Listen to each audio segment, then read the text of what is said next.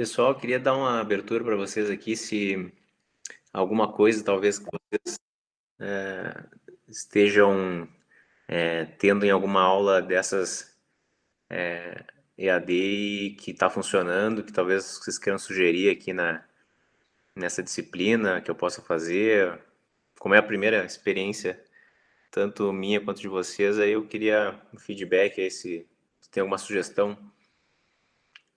Pode ser nos exercícios, no conteúdo, na aula síncrona. Cara, pra mim tá a melhor aula EAD, eu acho que tem, tipo, tá funcionando bem, assim. Alguns outros professores estão com bem mais dificuldade, principalmente para usar o Meeting aqui, ou usar o Moodle com os exercícios. Mas pra mim essa disciplina aqui tá bem tranquilo. Tô gostando bastante de fazer aula EAD. Eu achei que ela funcionou bem em EAD, a programação funciona bem em EAD, assim. É Achei o, que ela funcionou bem. o Google, o Google Class ali ajuda bastante nessa história dos exercícios, né?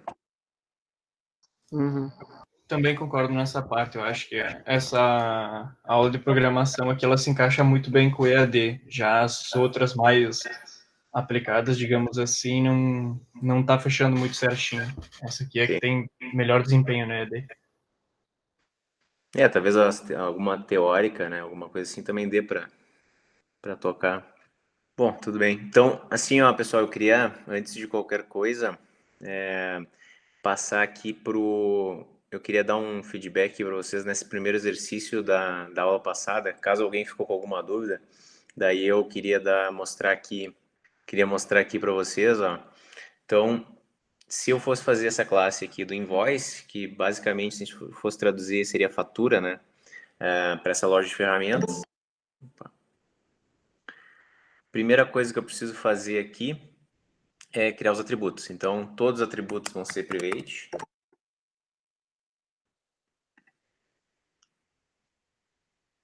Beleza. Todos os atributos vão ser private. A gente vai ter o primeiro atributo, que é o número da peça, que é uma string.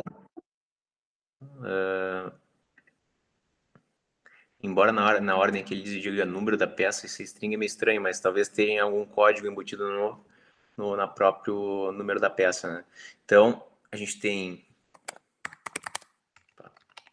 private, todos são privados, a gente vai criar o getSet para cada um deles, né? A gente vai ter string, que é o tipo, e número da peça, que é o nome do atributo. Eu não sou muito fã de botar, embora Java permita, eu não sou muito fã de botar caracteres especiais aqui, tá? Ser cedilha, acento, mas erro não acontece em Java. A gente tem a descrição da peça, que também é string. Descrição.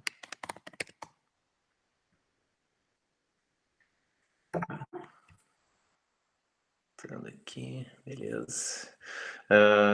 Que mais? Eu tenho aqui a quantidade do item que está sendo comprado, que é um inteiro. Então, quantidade. E o preço por item. Então, esse vai ser um double. Poderia ser um float também.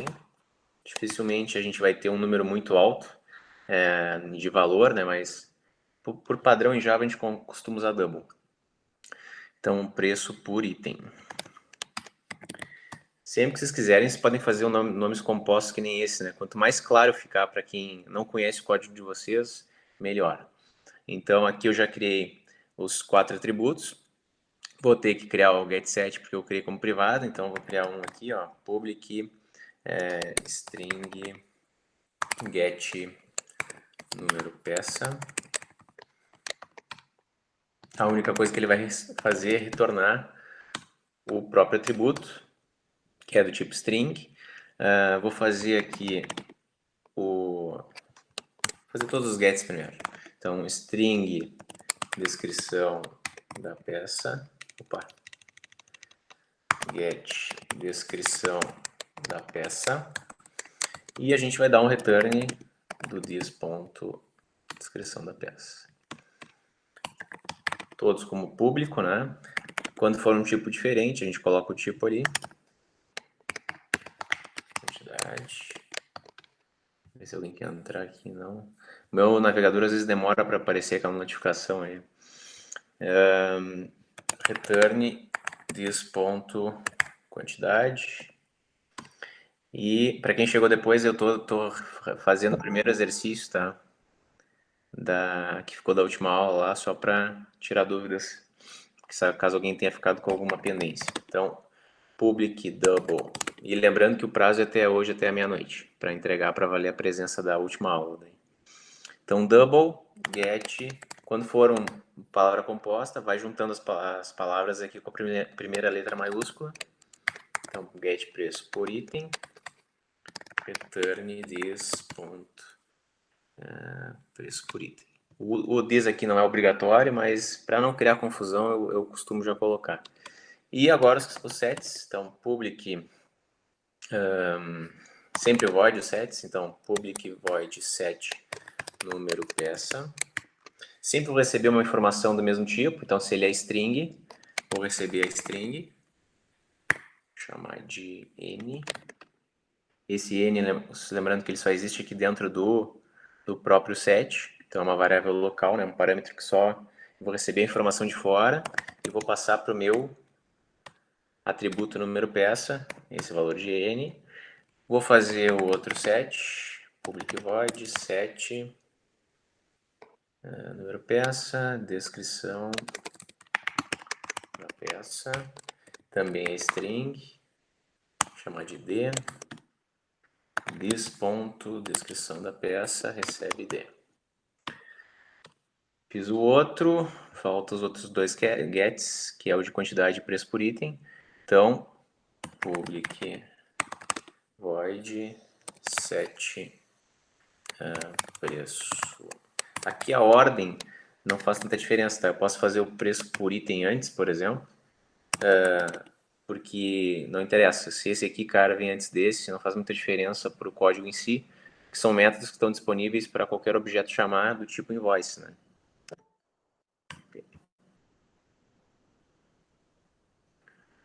Beleza. Enquanto eu estou fazendo aqui, pessoal, quem chegou depois que eu conversei com o pessoal ali no início da aula, se alguém tem alguma sugestão aí do que poderia ser melhorado nessa disciplina, alguma coisa que está funcionando em alguma outra disciplina EAD, seja nos exercícios, na aula síncrona ou na forma do material, vocês podem falar aí, me descrever que eu posso tentar incorporar na disciplina aqui. Preço por item.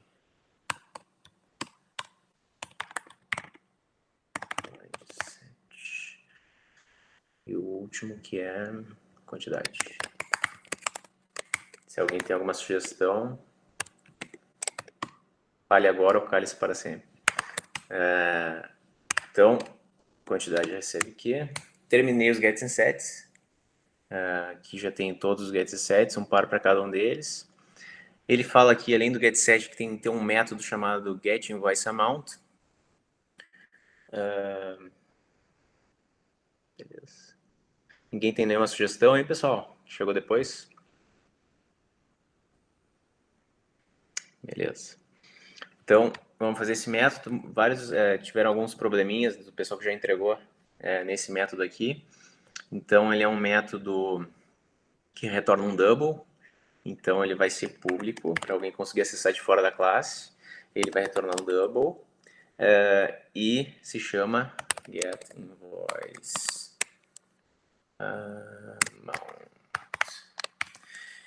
Ele não precisa receber nada, porque as informações que eu preciso ter, que é a quantidade e o preço por item, eu já tenho dentro da minha classe. Então, eles já são atributos. Então, eu não preciso receber nada de fora por enquanto. Só que eu tenho que fazer a verificação para que, se caso dê zero, quer dizer, caso seja menor que zero, eu não retorne esse número negativo, né? Porque não existe. Então, o que eu preciso fazer aqui é fazer um if. Então, o que eu posso fazer? Por exemplo, eu posso fazer já uma variável auxiliar aqui, chamar de result, que recebe a quantidade vezes o preço por item. E aí eu posso fazer um if aqui e testar. Se o result for menor que zero ele pode ser, né? Menor que zero que não pode. Aí, nesse caso, eu vou retornar zero já direto. Quando for double, não vai dar erro, tá? Mas quando for double, eu costumo botar o ponto zero ali mesmo, sendo zero. Caso contrário, se ele passar disso, eu retorno o próprio result. Eu posso fazer desse jeito aqui que eu mostrei agora, mas a gente tem a possibilidade também de fazer o quê? Testar, validar toda vez que o cara informar um preço por item e uma quantidade. Então, o que a gente pode fazer aqui? Eu posso fazer um if, ó. Se o P for maior ou igual a 0, aí eu vou fazer o que eu já estava fazendo aqui.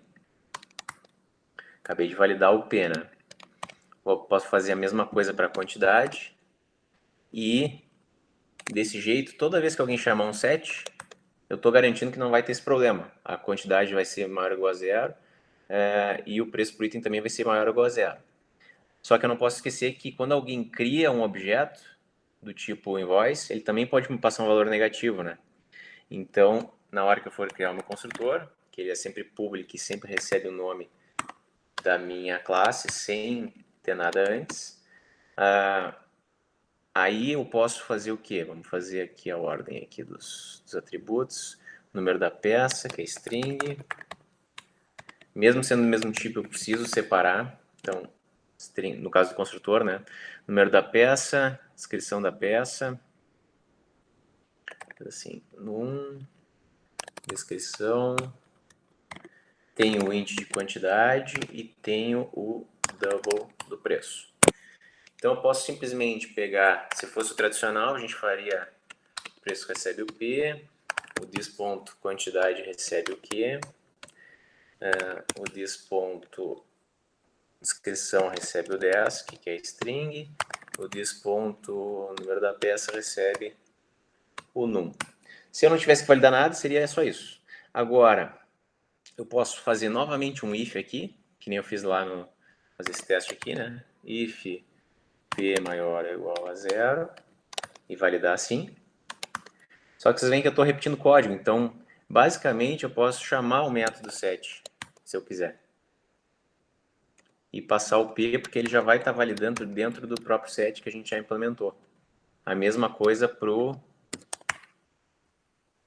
set preço por item, não, quantidade. A mesma coisa aqui.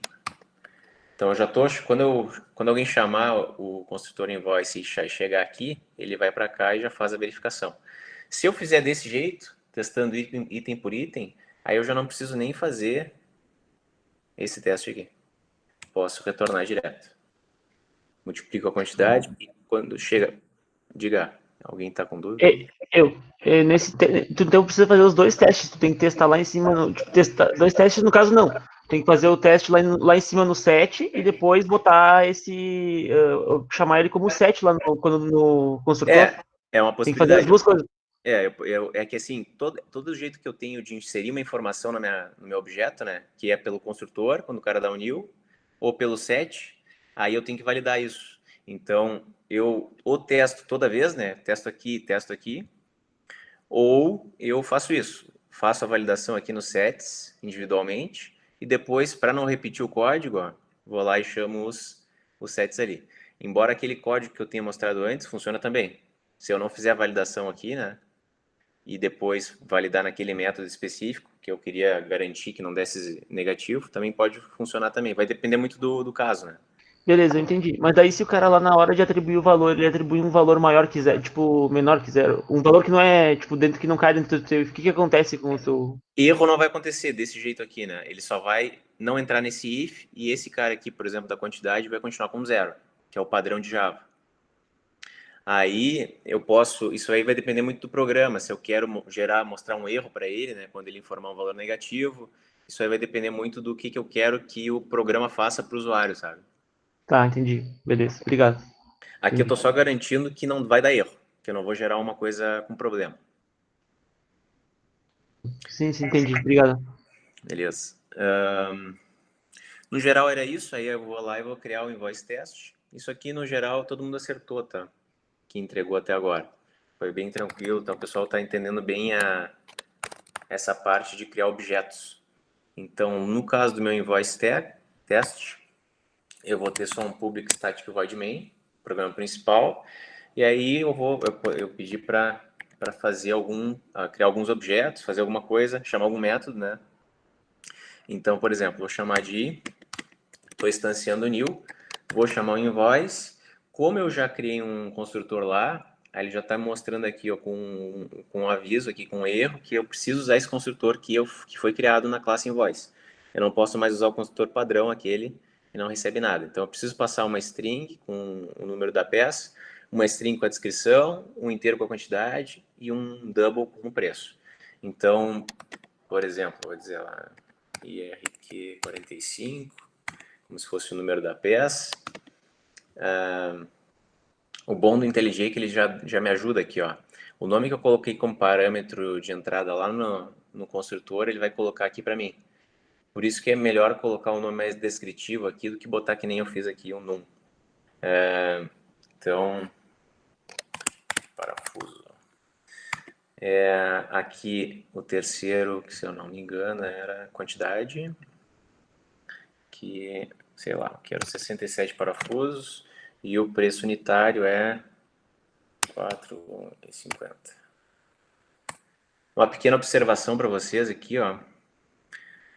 Quando se fosse float aqui o meu preço, eu teria que colocar um F aqui do lado, tá? Isso não existe em C, né? Mas em Java, como o double é o padrão, se eu quero usar um número menor em ponto flutuante, eu tenho que botar explicitamente que esse cara se trata de um float. Porque ambos eu uso ponto, né? Igual. Então, isso aqui é um double, isso é um float. E aqui eu posso pegar e chamar o getAmount. Cadê? Posso usar qualquer get, qualquer set, né? GetInvoiceAmount. Vamos fazer um set aqui para modificar. Set quantidade, vamos mudar para 89 peças. E vamos jogar na tela esse getAmount, que é o cálculo que ele faz ali. Vamos ver o que acontece quando a gente roda esse código aqui. Então ele vai pegar esse 67, quer dizer, o 89, porque eu modifiquei ele, né? E multiplicar por 4.5 e mostrar para mim Ele não vai entrar naqueles ifs, porque eu não botei nenhum número negativo. Se a gente botar, por exemplo, menos 67 e menos 4.5, mesmo que aqui eu torne positivo, ele vai continuar com preço negativo aqui, né? E vamos ver o que ele vai fazer. Deu zero porque ele não conseguiu entrar, ele não entrou no if aquele, então, porque esse cara continua negativo. Se eu tivesse passado aqui para positivo, aí ele já vai funcionar novamente. Então a gente está validando, no caso, no construtor, e se a gente passar aqui para 67 e botar aqui negativo, como a gente validou no set também, ele também vai botar para zero. Ou não, não gostou de mim. Vamos ver o que eu fiz aqui. Ah, tá. É que ele não entrou no if, né? Então ele manteve o 67. Esse comportamento aqui vai depender muito do que vocês querem no programa, tá? Eu poderia, por exemplo, fazer aqui um else, que não, o cara me passou um número negativo, então eu vou zerar minha quantidade. Ou eu vou manter o que tinha antes. Isso vai depender muito do que vocês querem no programa e o que está especificado na descrição do problema, que é isso aqui. Beleza. Alguma pergunta, pessoal, por enquanto? Nessa revisãozinha aqui.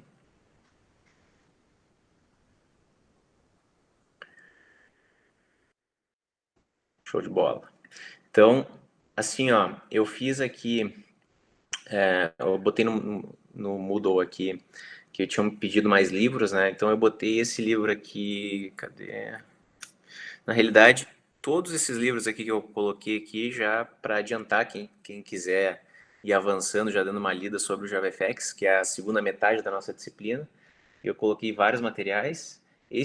Todos eles são sobre JavaFX, exceto esse aqui, que é sobre CSS, que é a forma como a gente usa um XML, uma linguagem de marcação, para deixar mais bonito o nosso programa, lá, o nosso visual do programa, né?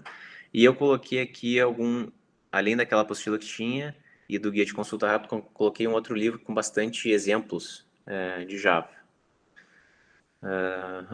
Então hoje a gente vai ver nossa terceira aula. A gente vai falar sobre métodos e atributos estáticos. Vamos para cá então. Então a gente vai falar um pouco sobre modularização, quebrar o nosso código em partes, falar da API Java. A API é Application Programming Interface. Métodos estáticos, atributos estáticos, como é que a gente usa os parâmetros nos métodos o escopo de variáveis, o que seria isso, como é que ele funciona, e um pouco mais de polimorfismo. A gente já viu um pouco de polimorfismo nos construtores, né?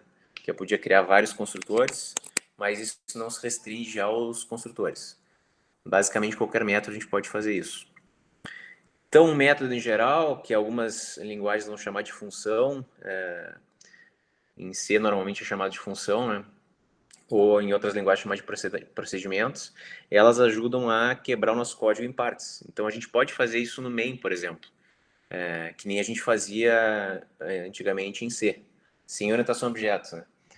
Então, no caso do nosso main, por exemplo, aqui, ó, deixa eu mostrar aqui, programa principal, né? Aqui a gente tem o nosso programa principal, que ele é um public static void main. Então, sempre que a gente colocar a palavra static antes de alguma coisa, a gente está dizendo que isso não diz respeito a, vamos dizer, a orientação a objetos. Ele não diz respeito a uma classe de informações. Ele é como se fosse um método que está lá. Então, o que significa? Ele não é dinamicamente criado. Toda vez que eu crio um objeto, ele vai lá e vai criar no caso, esse método aqui, um atributo. No caso de eu colocar estático, eu estou dizendo que é como se eu tivesse esse arquivo aqui, que tem esse método, eu posso chamar quando eu quiser, mas ele é um método só, ele é estático, ele não é dinâmico, ele não vai ser criado um novo a partir dele, só existe um dele apenas, e ele diz respeito a essa classe só, não a nenhum objeto. Então, por isso que todo main que a gente faz, todo programa principal, ele é sempre estático. Se eu tirar o static daqui, ele já não é mais o meu programa principal. Ele é um método comum que eu criei dentro dessa classe programa principal aqui. Ele já não é nem executável. Então, diferentemente do que a gente tinha, por exemplo, na classe cachorro, que eu tinha os métodos, por exemplo, do getSet, que eles são públicos, eles não podem ser estáticos, eles são dinâmicos, porque todo objeto que eu tenho cachorro vai ter o seu getNome, por exemplo. E esse getNome não tem nenhuma relação quando eu estou falando de um objeto X do que eu estou falando de um objeto Y. Então, voltando aqui. Então, da mesma forma que a gente fazia em C para modularizar um código, quebrando ele em partes, a gente pode fazer aqui também em Java. E aí a gente vai fazer no programa principal. Ou seja, se eu quiser fazer um método aqui para... Vamos fazer o seguinte. Esse código está muito pequeno. Aqui... Não. Aqui, por exemplo. Aqui tem um programinha simples, que eu tenho um scanner para fazer a leitura de dados. Aqui eu estou olhando 3 informações, né? Vamos dizer que eu queira quebrar isso aqui, ó, eu não quero que fique escrito no meu código next double. Eu quero criar uma função, um método que vai chamar ler número, por exemplo. Então, para fazer esse método e quebrar ele em partes, ele tem que ser, pode ser privado ou público. Se eu for só usar nessa classe aqui, deixa eu voltar para cá, mais legível. Se eu só for usar nessa classe, ele pode ser private. Se eu for usar essa mesma função em outros arquivos, aí ele pode ser público. Então, vamos chamar private, ele vai retornar um double, que é o que a função retorna quando alguém chama ela. Vamos chamar de ler número. Se alguém gosta mais de usar o underline aqui, não tem problema nenhum, tá? Ler número. E a gente vai... Não precisa receber nada aqui, por enquanto.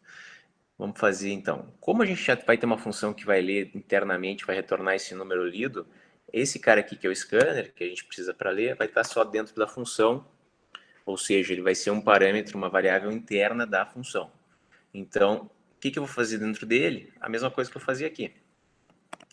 Vou ler aquele valor, vamos chamar de número, e esse número que eu li, eu vou retornar para quem chamou a função. Return, vamos organizar um pouco um código aqui, return número. Então eu criei uma funçãozinha que a única coisa que faz é ler um double e retornar esse double lido. Aí aqui eu posso reutilizar esse cara, ler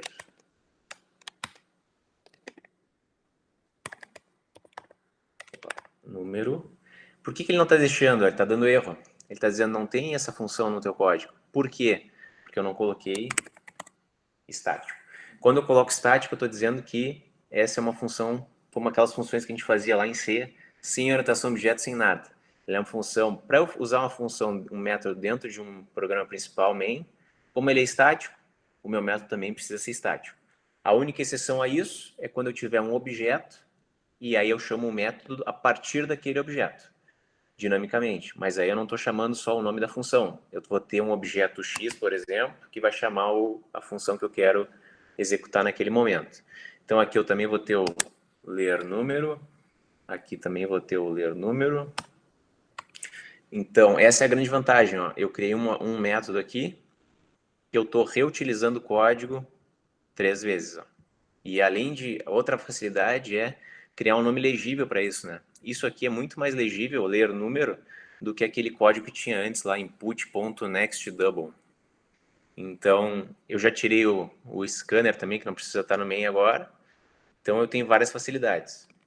Só um exemplo, né?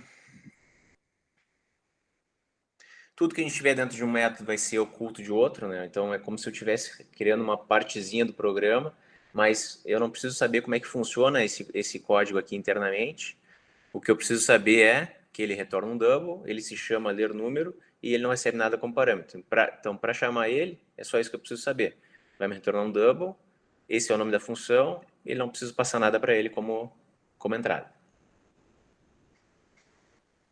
Então, essa ideia de métodos é a famosa estratégia de dividir para conquistar. Então, a gente torna o nosso programa mais fácil de fazer manutenção. A gente está quebrando ele em pequenas partes. Eu consigo reutilizar código, que nem o exemplo que eu mostrei agora. Aquela função ler número eu usei 3 vezes. Evito repetir código também, que tem a ver com a reutilização de software. Ainda nessa ideia, a gente já usou até algumas funções estáticas. Quem quiser ver uma geral dessa API, dessa interface de programação de aplicativos do Java, que basicamente são todos os arquivos que eu tenho, todas as classes que eu tenho, com uma série de funções estáticas para que eu possa chamar. Uma delas é o math, que é para funções matemáticas. Então, eu tenho essa classe aqui, math, que sempre que eu for chamar uma função estática, eu posso chamar a partir do nome dela. Então, estou botando math ponto e o nome da função que eu quero chamar. Basta eu importar ela aqui. Naquele exemplo que eu mostrei agora aqui, eu não preciso fazer isso porque eu já estou na própria classe, né? Estou na mesma classe. Agora, por exemplo, se eu quiser chamar, vamos botar aqui uma public. Se eu quiser chamar esse ler número numa outra classe aqui, eu posso, por exemplo, vou chamar nessa aqui. Aqui é o nosso exemplo. Ó. Se eu quiser ler um número e usar esse número aqui, em vez de usar 10 fixo, eu quero usar o número que eu vou ler. O double n recebe, aí eu vou importar daquele cara lá. Então, quando eu tento colocar aqui ler, é assim, né?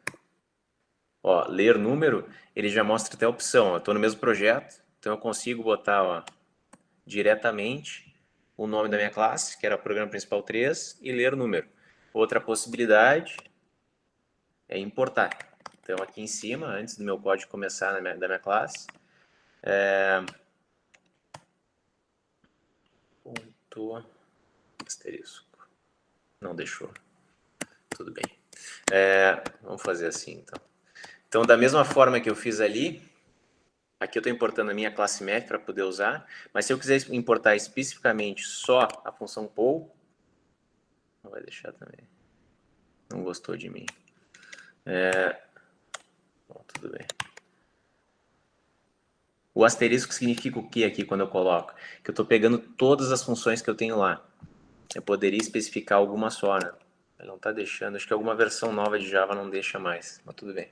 Então, a gente precisa importar aqui quando for fora do meu projeto, que nem no caso da classe Math, que é do pacote Lang, que é de Java.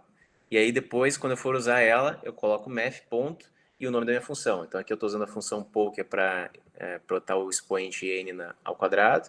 E aqui eu estou usando a função também de math, square root, que é para fazer a raiz quadrada de um valor.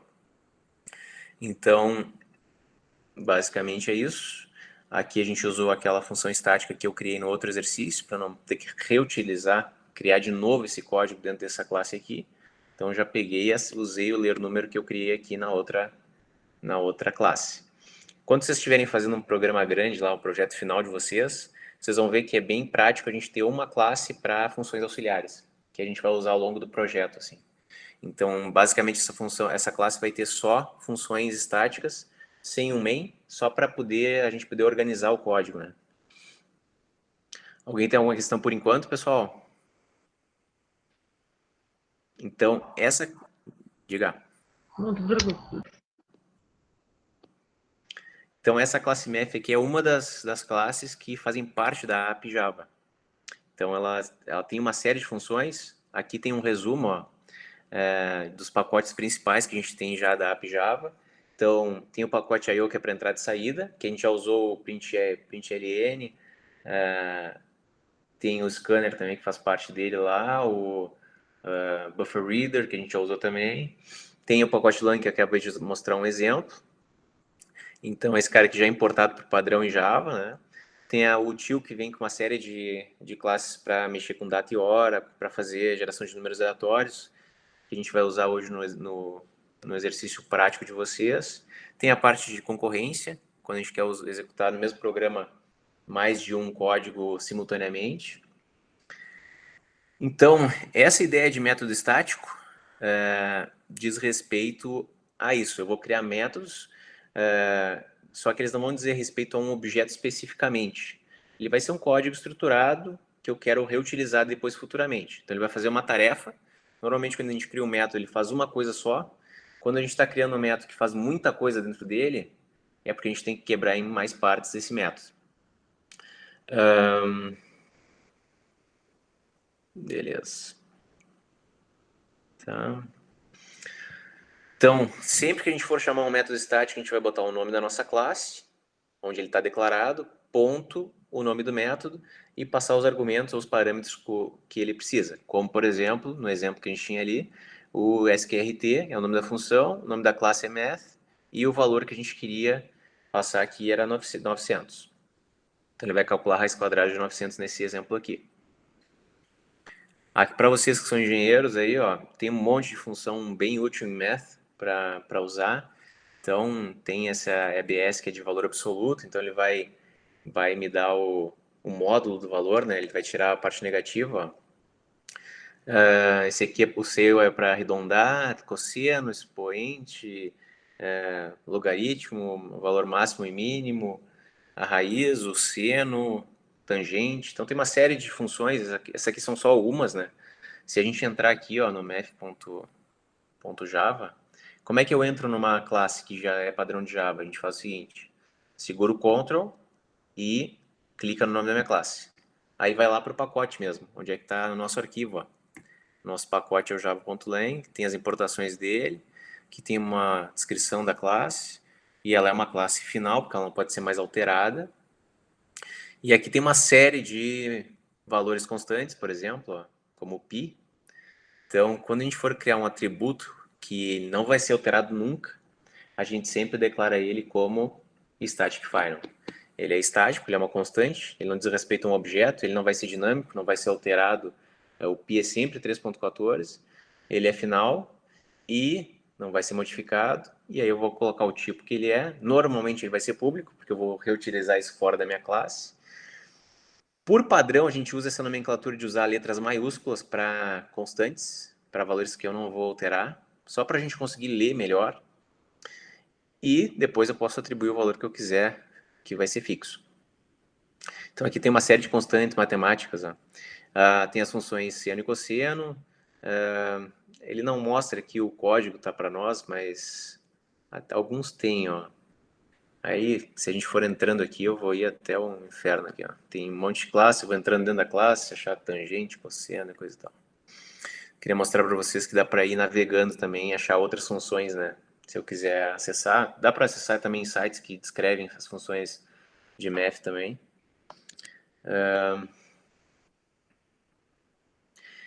Então, como eu comentei antes, a gente tem atributos estáticos, como aquele exemplo ali do pi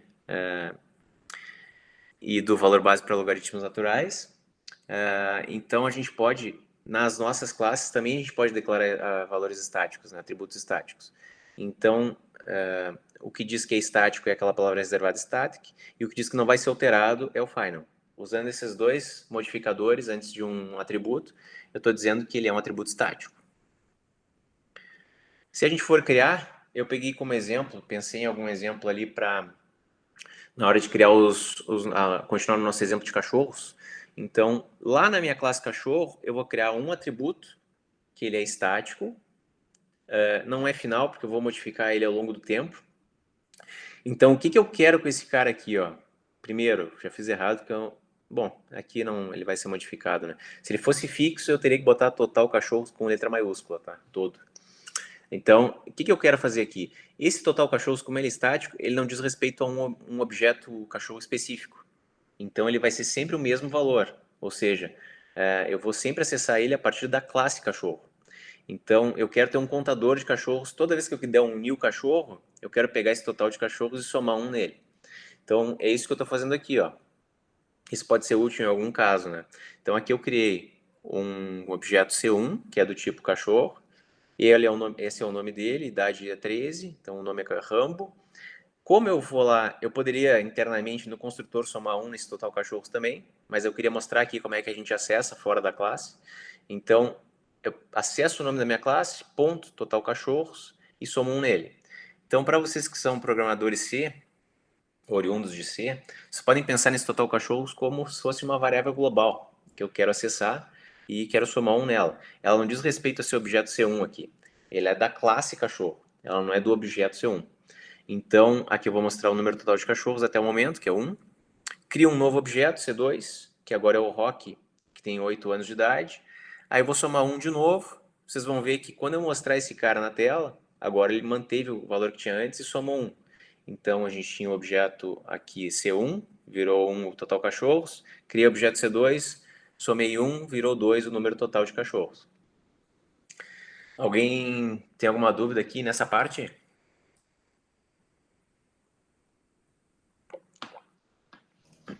Professor, se eu quiser excluir um objeto da classe, como é que eu faço? Excluir um atributo, tu diz? Ou...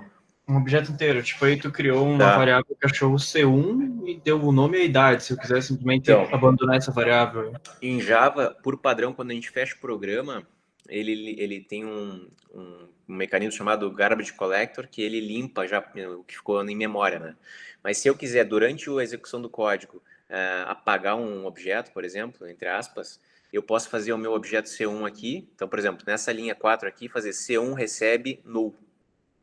Então, N-U-L-L, tudo em minúsculo, ponto e vírgula. Aí eu acabei de perder esse objeto que eu tinha aqui. Eu zerei ele. Então, ele já não tem objeto nenhum dentro da variável C1. Beleza, valeu. Só tem que cuidar depois que se eu fizer isso e eu tentar acessar do C1 algum atributo ou chamar algum método, aí ele vai dar no pointer, que é aquela exceção que dá quando não tem um objeto naquela variável. Beleza. Então, aqui, como a gente não falou muito de parâmetros, aqui eu estou criando, ó, tenho esse programa principal 3, no qual eu até mostrei rapidamente para vocês. Então, eu estou lendo 3 valores aqui, do tipo double, e estou chamando essa função maximum, que vai me receber esses 3 valores. Ó, então, chamei de N1, N2, N3. Eu não preciso ter o mesmo nome aqui dentro dessa função que eu tenho aqui, tá? Então, aqui eu tinha number 1, number 2, number 3. Aqui eu tenho N1, N2, N3. Por que eu posso chamar de nomes diferentes o que está aqui e o que está aqui? Porque o escopo dessa função aqui não é o mesmo escopo dessa função aqui, máximo. Então, o que eu tenho no main, que está declarado aqui, só existe dentro do main. Eu não consigo enxergar o que está fora disso. Quando eu passo para o meu máximo aqui, para mim, só existe o N1, N2, N3, e aqui não tem mais nenhuma variável declarada, então eu não consigo acessar aqui de dentro, por exemplo, essas outras variáveis que tem no main. Então, é isso que a gente chama de escopo. Aqui eu estou recebendo 3 valores de fora, e enquanto eu for executar dentro da função, só vai ter esses 3 valores aqui. Ele pega o conteúdo da variável em number 1, conteúdo de number 2 e conteúdo de number 3. Então, eu começo a executar, vou executar passo a passo aqui para vocês entenderem o que eu quero dizer.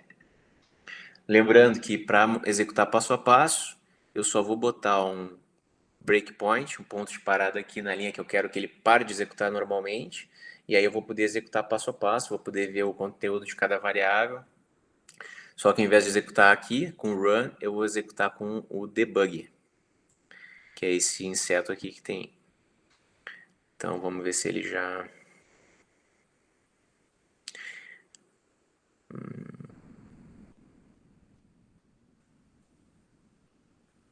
Ele executou o invoice test. Você tem que ter cuidado, assim, ó, quando tem vários arquivos main no mesmo projeto, porque num projeto de verdade, vocês só vão ter um main, né? Mas aqui, como vocês estão fazendo, por exemplo, vários exercícios, dá para fazer vários mains, aí tem que ter cuidado na hora de executar aqui só. Ó, eu quero executar o programa 3. Então, programa principal 3. Insira 3 valores. Uma pequena observação, pessoal. Muitos de vocês criaram 3 projetos separados, né? Se vocês quiserem, vocês podem criar um projeto só, quando tiver 3 exercícios, assim, e aí criar um projeto para todos os 3 exercícios. Aqui dentro da pasta Source Files, aqui, Source Code, a gente pode criar um novo, em vez de criar um arquivo, eu posso criar um pacote novo, tá? Então, por exemplo, exercício 1. Ele cria uma pasta internamente, e aí eu posso criar todos os arquivos dentro desse exercício 1, e posso criar um outro pacote, que é uma pasta também para organização, do exercício 2, por exemplo. Aí você não precisa ficar zipando um monte de coisa, né? Um monte de projetos diferentes, fica menor também, porque ele só cria um dessa parte aqui de organização do projeto, ele só cria um só.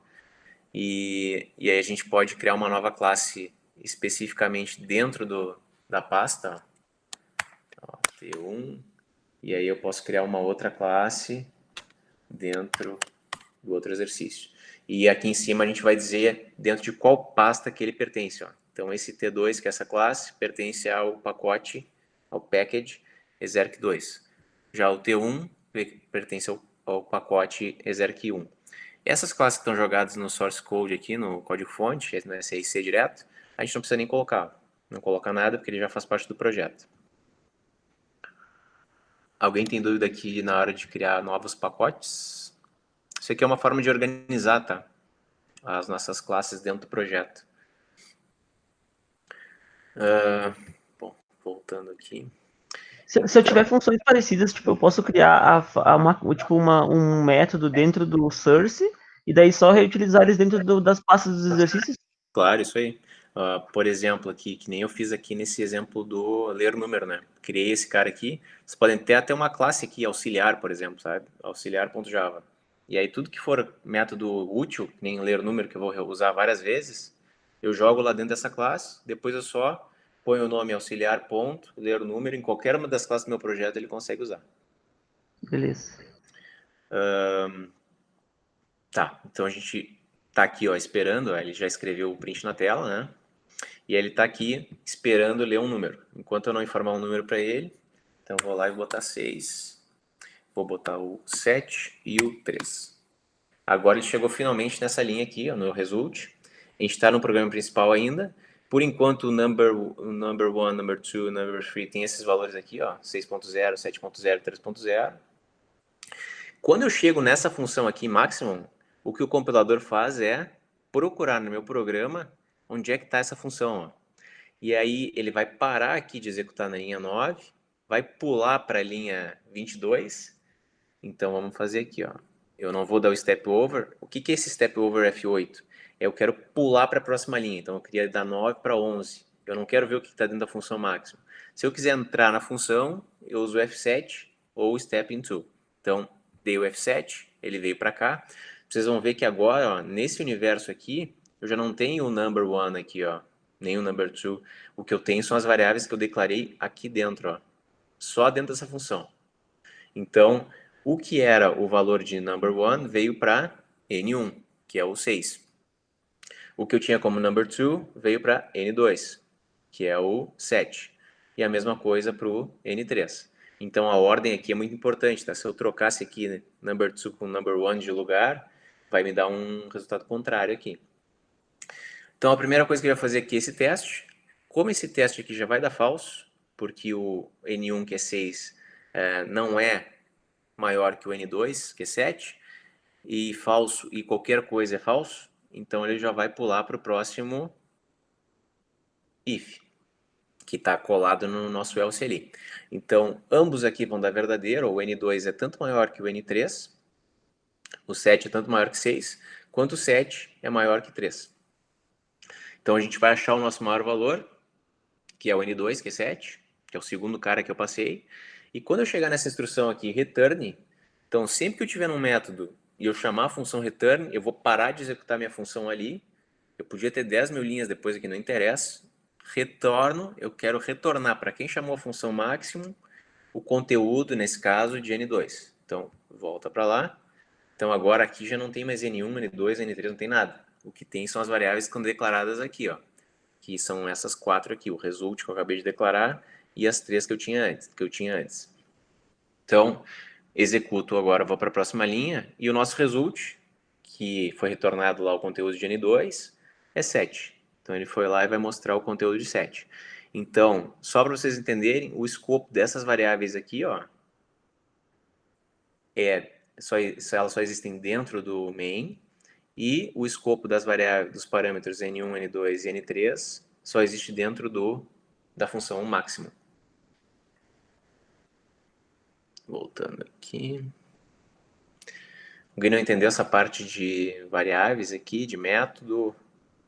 O que existe só dentro do método? Como é que funciona essa parte de passar o conteúdo de uma variável e ele ter um outro nome dentro da função? Tranquilo? Beleza. Então, aqui o que eu falei de variável a gente tem aqui as variáveis locais de main, elas só existem dentro do nosso main, e eu tenho as variáveis locais de máxima. Então, já executamos em debug, né? Aqui algumas observações, tá, sobre escopo de variáveis, que é isso que eu acabei de falar. Então, o escopo de uma declaração de parâmetro é o corpo do método no qual ela pertence, que nem naquele caso N1, N2 e N3. Então, ele só vai existir enquanto esse cara estiver executando o máximo. A mesma coisa da variável local. Então, até o final que ela foi executada, então o que tiver no main, quando terminar de executar o main, ela vai deixar de existir em memória. Isso aqui é interessante. Quando eu faço um for, por exemplo, que é um laço de repetição, então, por exemplo, aqui, vou fazer um for qualquer aqui. For. Ó, aqui eu declarei uma variável chamada i, né? Que vai de 0 até 10.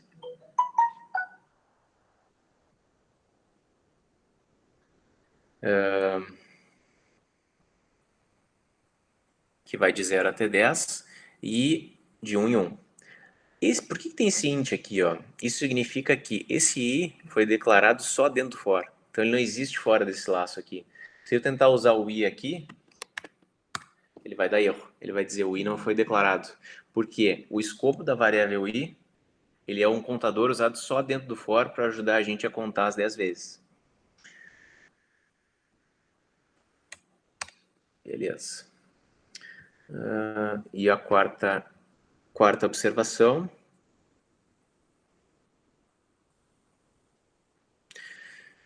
E a mesma coisa quando a gente está dentro da classe, né? Quando eu declaro um parâmetro, um atributo, vamos ver aqui no cachorro, ó, eu declaro alguma coisa dentro da minha classe, ó, que nem todos esses caras que eu selecionei aqui.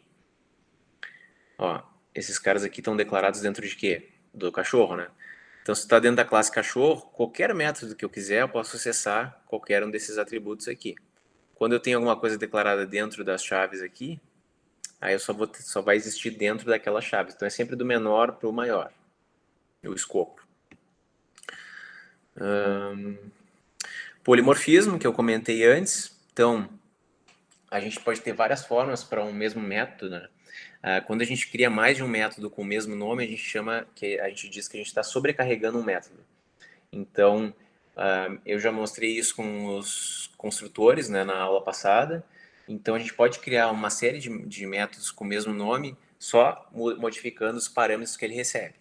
Seja a quantidade ou o tipo dos parâmetros. Então, por exemplo, aqui nesse exemplo aqui, a gente tem uma classe chamada Method Overload, que é sobrecarga de métodos, em inglês.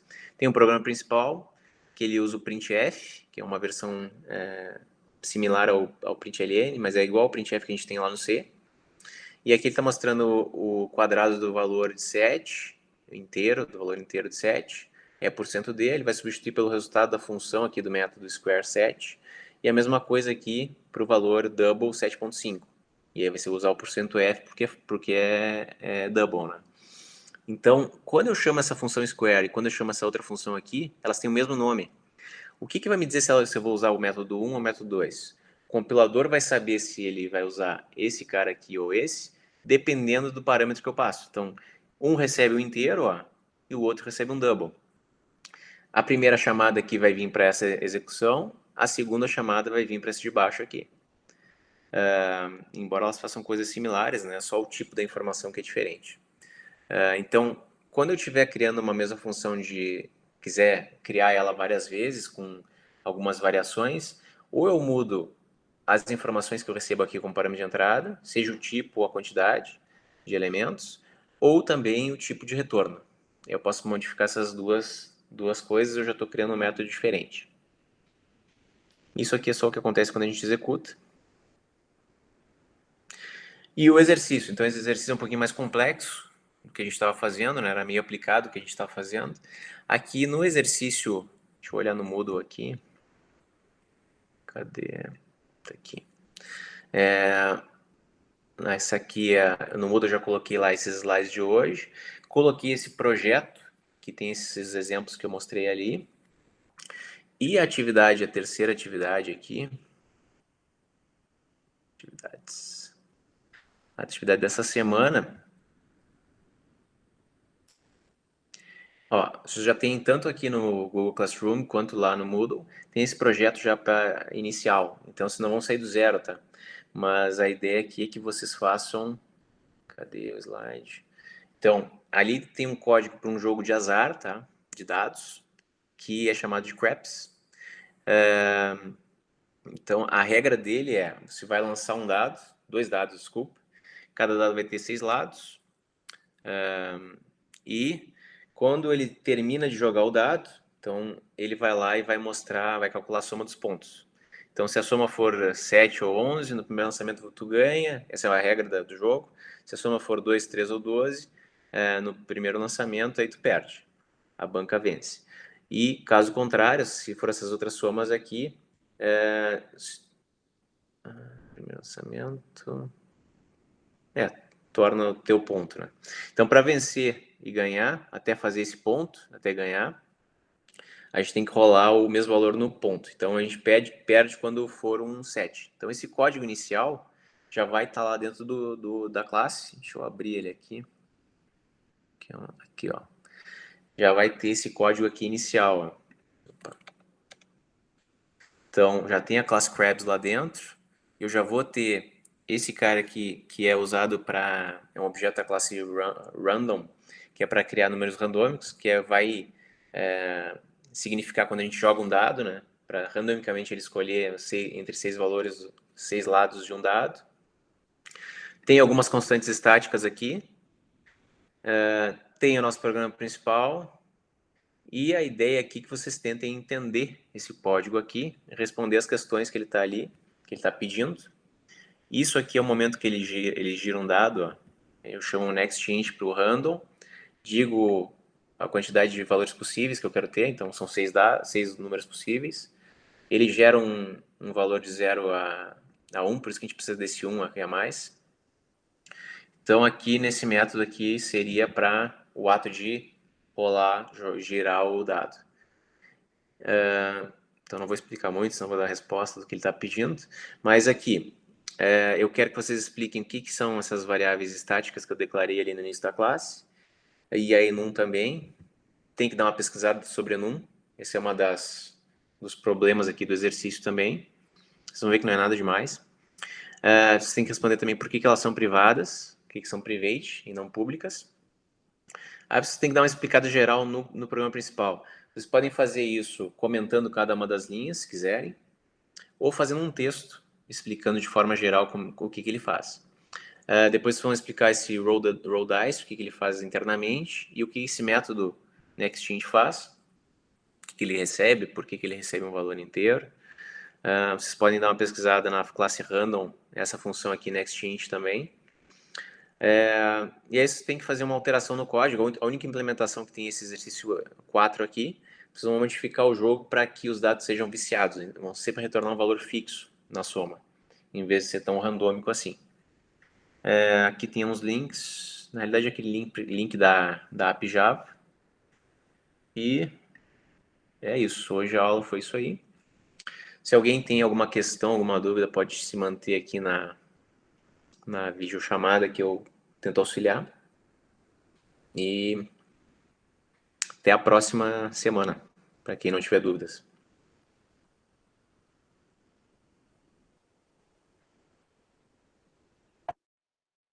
Boa semana, Daniel. Valeu, boa tarde. Valeu, Rafael. Igualmente. Bueller.